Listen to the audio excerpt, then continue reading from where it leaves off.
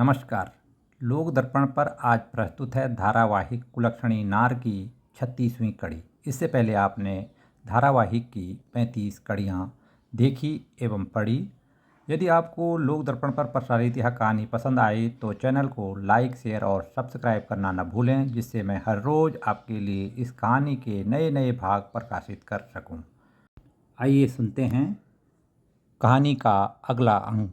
पिता के गांव वापस लौटने के बाद मंजू ने रवि को पत्र लिखा।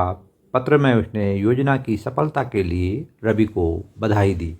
उसने पत्र में रवि को अपनी आगे की योजना को बताते हुए लिखा, मैं चाहती हूँ कि मेरे साथ साथ समाज में आपकी भी इज्जत बरकरार रहे, साथ ही हम लोगों की आर्थिक स्थिति भी मजबूत बनी रहे। इसके लिए आपको मेरी आगे की योजना में मेरा साथ देना होगा। मेरी बात से शायद आपके घर वाले सहमत न हों, फिर भी इस समय उनको समझाना आपके लिए ज़रूरी होगा। एक बार मेरी यह योजना सफल हो गई तो हम करोड़ों की संपत्ति के वारिस बन सकते हैं। अब मेरी बातों को ध्यान से पढ़ो। दरअसल कुबेर के परिवार में उसके माता पिता के बाद दूर दूर तक कोई भी निकट संबंधी नहीं है। गांव में उनकी करीब 150 बीघा ज़मीन है। अगर हमने दिमाग से काम लिया तो 2-4 वर्षों में मैं इस ज़मीन जायदाद की वारिस बन जाऊंगी। बस तुम्हें मेरी इस योजना में मेरा साथ देना है। यदि तुम्हारे घर वाले इस बात पर सहमत हो जाते हैं तो फिर हमारी आगे की ज़िंदगी चैन से कटेगी। मैं चाहती हूँ कि 2-4 वर्ष इन दोनों बुढ़े बुढ़िया को अपने साथ ही रखेंगे। उन्हें भी लगेगा कि उनका लड़का न सही बहू तो उनकी देखभाल कर रही है। फिर 2-4 वर्ष में जब वे चल बसेंगे तो सब कुछ हमारा ही होगा। दिन में उसने सास से कहा कि उसे थोड़ी देर के लिए अपनी सहेली से मिलने बाजार जाना है। सास ने उसे खुशी खुशी हाँ कह दिया। साथ ही उसे घर का कुछ ज़रूरी सामान भी लाने को कह दिया। मंजू पत्र लेकर बाजार गई और डाकघर पहुंचकर उसने पत्र को पत्रपेटी में डाल दिया। बाजार से उसने घर का ज़रूरी सामान लिया और बिना देर किए तुरंत वापस लौट आई। हीरालाल ने घर पहुंचकर पत्नी को सारी बात बताई। हीरालाल की बात सुनकर तुलसी बोली, इस मंजू का दिमाग खराब हो चुका है। भला कौन इसके बूढ़े सास ससुर की जीवन भर की जिम्मेदारी लेकर इससे रिश्ता करेगा। हीरालाल बोला, उसके सास ससुर तो भले आदमी हैं, लेकिन पहले धनीराम जी को एक बार यह बात पूछ लेता हूँ। तुलसी बोली, देखो जी, इस काम में इतनी जल्दी न करो, कहीं बनी बनाई बात बिगड़ न जाए। 2-4 दिन सोच समझकर उनसे बात करना। तुलसी की बात सुनकर हीरालाल ने भी यही उचित समझा। रवि को मंजू का पत्र मिला तो वह पहले तो यह पढ़कर बहुत खुश हुआ कि उसकी और मंजू की योजना सफल हो गई। लेकिन जब उसने मंजू के पत्र पर गहराई से विचार किया तो उसकी रखी शर्त से उसे ऐसा लगा कि मंजू उसके सामने हर रोज़ एक न एक नई उलझन रखती जा रही है। उसने सोचा, भला कब तक अपने माता पिता को इस मंजू के कहने पर परेशान करता रहूं। कौन माँ बाप अपने जवान लड़के को दूसरे को सौंप देंगे। इसका मतलब तो यही हुआ कि मैं मंजू का गुलाम बनकर जीऊँ। इसलिए उसने पत्र पढ़कर उसका जवाब नहीं दिया। एक दिन धनीराम घूमते फिरते हीरालाल के गांव पहुंच गया। हीरालाल और उसकी पत्नी तुलसी से रामारूमी करके उसने मतलब की बात पूछनी शुरू की। धनीराम ने हीरालाल से पूछा, पंडित जी, क्या काशीराम जी से आपकी कोई बातचीत हुई? हीरालाल बोला, हाँ, मैं पिछले हफ्ते उनके पास ही गया था। उनकी ओर से तो इस रिश्ते के लिए हाँ है, लेकिन मेरी बेटी मंजू का कहना है कि वह इन दो बुजुर्गों को अकेले छोड़कर कैसे इस घर से कहीं जा सकती है। उसने तो हमें असमंजस की स्थिति में डाल दिया। उसका कहना है कि वह तभी आगे की बात सोचेगी जब कोई उसके सास ससुर की भी देखभाल की जिम्मेदारी ले। यह कहकर हीरालाल चुप हो गया। धनीराम थोड़ा लालची प्रवृत्ति का इंसान था। उसे भी मालूम था कि काशीराम के पास काफ़ी ज़मीन जायदाद है। उसने भी मंजू की तरह ही सोचना शुरू किया कि यदि मंजू के सास ससुर मंजू को अपना वारिस मानकर अपनी ज़मीन जायदाद उसके नाम कर दे तो 5-10 वर्ष बाद उसका लड़का ही उस ज़मीन जायदाद का असली वारिस होगा। क्या हुआ, लोग घर जमाई बनकर भी तो सास ससुर की ज़मीन हथियाते हैं। मेरे पास कौन से इतनी ज़मीन जायदाद है? वैसे भी मेरा लड़का घर पर तो रहता नहीं है, परदेश में भी तो वह किसी और के यहाँ ही रह रहा है। थोड़ी देर में तुलसी चाय लेकर आ गई। धनीराम ने चाय की चुस्कियाँ लेते हुए कहा, आपकी लड़की को बहू के रूप में पाकर काशीराम जी तो स्वयं को धन्य मानते होंगे। नहीं तो आज के समय में कौन ऐसी बहू है जो अपने सास ससुर के बारे में इतना सोचती है। हमें भी उसकी बातों का सम्मान करना चाहिए। मुझे उसकी बात पर कोई ऐतराज़ नहीं है। हाँ, मैं बेटे से इस बारे में एक बार पूछ लेता हूँ। उसकी राय जानकर मैं आपसे फिर मुलाकात करूँगा। यह कहकर धनीराम वापस लौट आया। घर पहुंचकर धनीराम ने अपनी पत्नी रधुली को यह बात बताई तो रधुली यह सुनकर आग बबूला हो गई।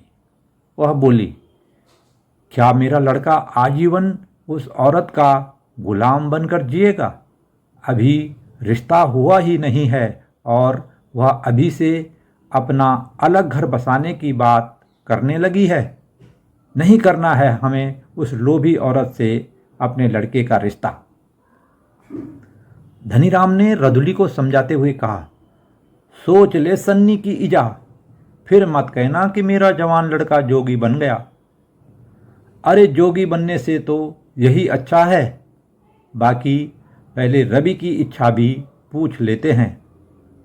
मैं उसे आज ही चिट्ठी लिखकर बता देता हूँ कि मैं तो उसके कहने पर हीरालाल और काशीराम से बात करने भी गया था, लेकिन मंजू ने ऐसी शर्त रखी है जिस पर निर्णय लेने तुम्हें ही आगे बढ़ना होगा। हमें तो इस बात पर कोई ऐतराज नहीं है। धनीराम की बात सुनकर रधुली का गुस्सा थोड़ा शांत हुआ। उसने भी सोचा, कहीं वह औरत मेरे लड़के को भी कुबेर की तरह सन्यासी बनने को मजबूर न कर दे। धनीराम ने उसे बताया कि अगर रवि की इच्छा होगी तो वह हाँ कहेगा, नहीं तो कम से कम इस औरत से उसका पिंड हमेशा के लिए छूट जाएगा। यह सुनकर रधुली भी रवि की राय पूछने की बात पर राजी हो गई। धनीराम ने उसी समय रवि को पत्र लिखा और इस मामले में तुरंत उसे अपनी राय देने को कहा। पत्र में उसने यह भी लिखा कि हमारी ओर से मंजू की शर्त पर तुम्हारे लिए कोई रोक टोक नहीं है। तुम्हारी हाँ में हमारी हाँ और ना में हमारी भी ना होगी।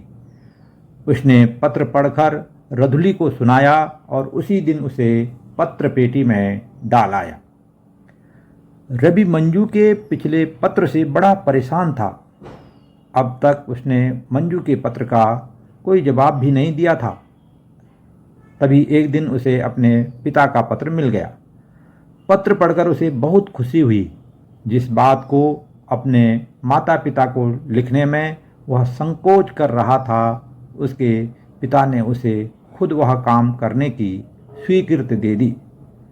मंजू के पत्र से कई दिनों से वह तनाव में था, लेकिन आज वह इस समस्या से भी मुक्त हो चुका था।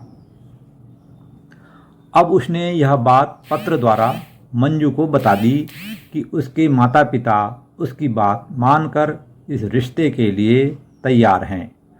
साथ ही उसने अपने माता पिता को भी पत्र लिखकर उसकी इच्छा को मानने के लिए शुक्रिया कहा। मंजू को जब रवि का पत्र मिला तो उसने अपने सास ससुर से यह बात नहीं बताई कि रवि उसकी यह शर्त भी मान गया है, बल्कि उसने अपने सास से कहा कि वह 2-4 दिन के लिए अपने मायके जाना चाहती है। सास ने भी उसे हाँ कह दिया तो अगले रोज ही मंजू मायके चली आई। मायके पहुंचकर उसने रवि के पत्र की बात अपनी माँ से बताई। उसकी माँ को पहले मंजू की बात पर यकीन नहीं हुआ, लेकिन जब मंजू ने अपनी माँ को रवि की चिट्ठी दिखाई तो उसे उसकी बात पर यकीन हो गया। उसने यह बात अपने पति हीरालाल को बताई। हीरालाल ने मंजू को अपने पास बुलाकर उसकी राय पूछी। उसने मंजू को यह भी बताया कि रवि के पिता धनीराम की ओर से भी इस रिश्ते के लिए हाँ है। इस बीच धनीराम को भी रवि का पत्र मिल गया। धनीराम ने रधुली को भी रवि का पत्र पढ़कर सुनाया। अगले दिन धनीराम एक बार फिर हीरालाल के पास पहुंच गया। हीरालाल और उसकी पत्नी ने धनीराम को बड़े सम्मान के साथ अपने घर में बैठाया। मंजू ने आकर धनीराम के पैर छुए। धनीराम मंजू को वहां देखकर बहुत खुश हुआ। उसने हीरालाल से कहा, अच्छा हुआ आपकी बेटी भी आज यहाँ आई हुई है। मैं आपको यह बताने आया था कि रवि को आपकी बेटी द्वारा रखी यह शर्त भी मंजूर है। अब मैं आपकी राय जानना चाहता हूँ।